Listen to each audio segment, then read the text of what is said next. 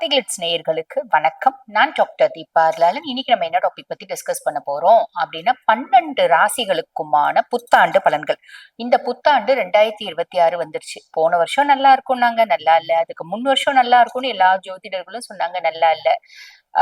மத்த ராசிக்கெல்லாம் நல்லா இருக்கு, ஏன் ராசிக்கு பெருசா நல்லா இல்ல. இப்படி எத்தனையோ கவலைகள் எத்தனையோ குறைகள் இருக்கதான் செய்து இந்த வருஷமாவது நல்லா இருக்குமா அப்படின்னு நிறைய பேர் எதிர்பார்க்கறீங்க. இந்த வருஷம் உங்க ராசிக்கு எப்படி இருக்கு உள்ளதை உள்ளபடியே நம்ம பார்க்கலாம் வாங்க. அதுக்கு முன்னாடி அனைவருக்கும் இனிய ஆங்கில புத்தாண்டு நல்வாழ்த்துக்கள். கடகராசி அன்பர்கள், உங்களுக்கு இந்த 2026 எப்படி இருக்கு? 1/6/2026 வரைக்கும் சனி பகவான் பாக்கிய சனியா இருக்கார்.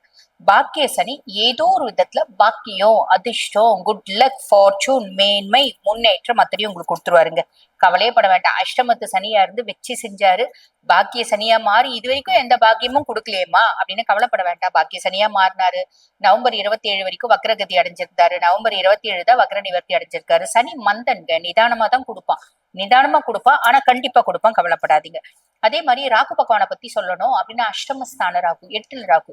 பொதுவா 8ல ராகு இருக்கு அப்படின்னா பயப்படுவாங்க. பயப்படணும்ன்ற அவசியம் இல்ல. குரு பார்வை இருக்கு, திடீர் தன பிராப்தி அப்படின்றது வரத்துக்கு வாய்ப்பு உண்டு. புரியுதுங்களா? அதே மாதிரி கேது 2ஆம் பாவம், தன குடும்ப வாக்கு ஸ்தானத்துல கேது. பெருசா யார்கிட்டயும் எனக்கு நிறைய பேசுறதுக்கு பிடிக்கலைங்க. நான் எல்லார்கிட்டயும் பாத்தீங்கன்னா உருகி உருகி உறவா பழகக்கூடிய ஒரு பர்சனாலிட்டிஸ். ஆனா இப்ப எல்லார்கிட்டயும் நல்லா பேசுறதுக்கே எனக்கு பிடிக்க மாட்டேங்குது. தனியா இருந்தா நல்லா இருக்கு, தனிமை எனக்கு இனிமையா இருக்கு அப்படின்ற ஒரு விஷயம். குடும்பத்தோடவே இருந்தாலும் குடும்பத்தை விட்டு நீங்க அப்படியே கொஞ்சம் தள்ளி இருக்க மாதிரி ஒரு அமைப்பு ஏற்படும். இது நல்லதா? பெரிய விதத்துல நல்லது அப்படின்னு சொல்லலாம். அதே மாதிரி பாருங்க, குடும்பத்துல நம்ம பாத்தீங்கன்னா நேரம் செலவு பண்றது அப்படின்றது கம்மியாயிடும். அதுவும் நல்லதுதான், கவலைப்பட வேண்டாம். வெளிநாட்டு கரன்சிஸ கையாளக்கூடிய பிராப்தம் அப்படின்றது வரதுக்கு வாய்ப்பு உண்டு.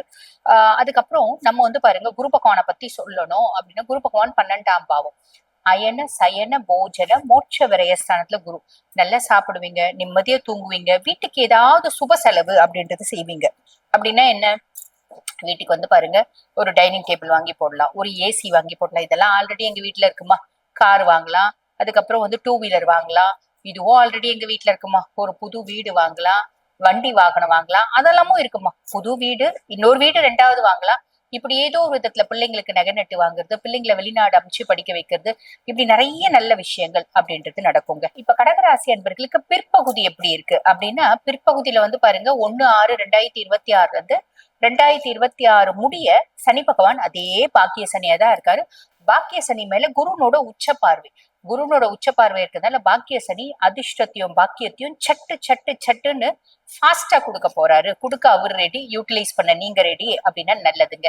அதே மாதிரி ராகு பகவான் 8ஆம் பாவம், குருனோட பார்வை இல்லை. அஷ்டம ராகு குருனோட பார்வை இல்லை. அப்ப கடகராசி என்பர்கள் உங்களுக்கு ஏதாவது ஹிடன் சீக்ரசிஸ் இருக்கு, ஹிடன் லைஃப் இருக்கு, சீக்ரெட்டான ஒரு வாழ்க்கை இருக்கு, மறைமுகமான சில ரகசியங்கள் இருக்கு, அதே மாதிரி பாத்தீங்கன்னா ஒரு ரிலேஷன்ஷிப் இருக்கு, லவ் இருக்கு, இதெல்லாம் பாத்தீங்கன்னா குடும்பத்துல தெரியறதுக்கான வாய்ப்பு உண்டு.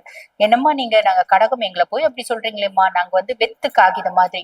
இது பாருங்க, அந்த மாதிரி ரிலேஷன்ஷிப் இல்லாதவங்களுக்கு கிடையாது. இந்த வரிகள் யாருக்கு இருக்கோ அவங்களுக்கான வரிகள் அப்படின்னு சொல்லலாம். சோ ஆரோக்கியத்துல கவனம் அப்படின்றது தேவை. நிறைய பேருக்கு ஸ்கின் மேனிஃபெஸ்டேஷன்ஸ் வரதுக்கு வாய்ப்பு உண்டு. வயிறு சார்ந்த உபாதைகள், டைஜஸ்டிவ் இஷ்யூஸ் வரதுக்கு வாய்ப்பு உண்டு. இதுல கவனம். வண்டி வாகனம் ஓட்டும் போது கவனம் அப்படின்றது வச்சுக்கோங்க, ரொம்ப சிம்பிள். அதுக்கப்புறம் கேது சேம் பொசிஷன், பெருசா மாற்றம் கிடையாது.